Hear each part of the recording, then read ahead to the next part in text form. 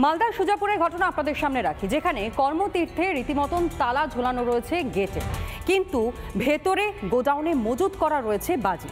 পাশেই রয়েছে power station, আর জানিয়ে রীতিমতন আতঙ্ক ছড়িয়েছে এই সুজাপুরে। রাজনৈতিক তরজাও শুরু।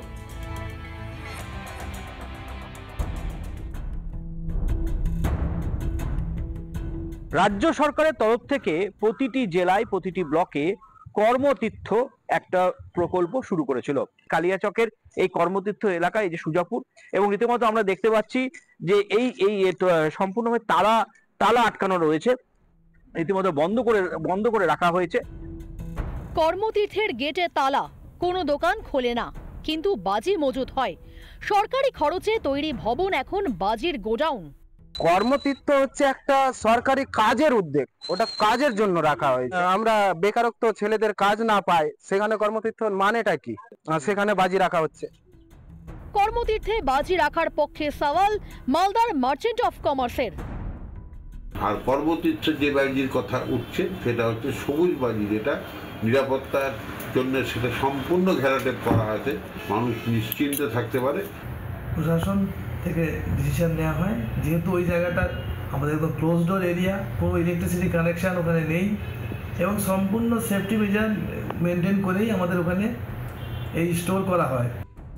নিরাপত্তার সব দিক খতিয়ে দেখেই নাকি বাজি রাখা হচ্ছে, কিন্তু কর্মতীর্থের পাশেই তো পাওয়ার স্টেশন, তার পাশে বাজি মজুত ঘিরে এলাকায় আতঙ্ক ছড়িয়েছে। কোনো দুর্ঘটনা ঘটে যায়, তার জন্য দায়ী কে হবে? কোনো দুর্ঘটনা ঘটলে গেলে জনসাধারণের বিশাল ধরনের ক্ষতি হয়ে যেতে পারে। 28টা ঘর মিলিয়ে থাসাথাসি করে ওখানে বাজি রাখা হয়েছে।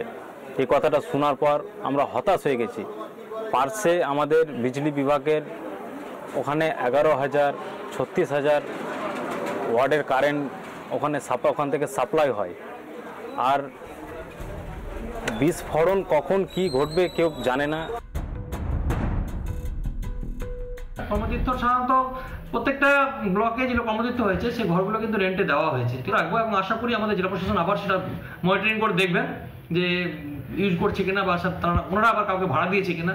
মমতা বন্দ্যোপাধ্যায়ের মন গড়া যতগুলো প্রকল্প, সবগুলো প্রকল্প হচ্ছে ব্যর্থ। মমতা বন্দ্যোপাধ্যায় পশ্চিমবঙ্গের বেকার যুবকদের জন্য কোনো কিছু করতে পারেনি, শুধু গিমিক দেখিয়ে রেখেছে বাংলার ছেলেদেরকে, বেকার ছেলেদেরকে। এখন এই বিষয় নিয়ে সরকার বা জেলা প্রশাসন কতটা উদ্যোগ গ্রহণ করে সেটাই এখন দেখার বিষয়। মালদা থেকে দীপঙ্কর গোস্বামী, রিপাবলিক বাংলা। নানা ধরনের কন্টেন্ট দেখার জন্য লাইক করুন, শেয়ার করুন আমাদের ফেসবুক পেজ, সাবস্ক্রাইব করুন আমাদের ইউটিউব চ্যানেল।